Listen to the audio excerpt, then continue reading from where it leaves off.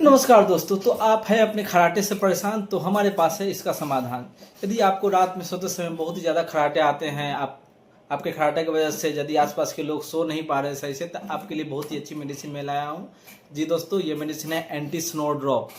Anti snow drop जो कि आपके खर्राटों को बहुत हद तक कंट्रोल करता है। इसको खाने का तरीका बहुत ही आसान है। इसको आधा कप पानी में 20 सुबह, 20 दोपहर, 20 रात खाना है। आप इसको 2 टाइम भी ले सकते हैं या रात के समय सोते समय भी ले सकते हैं।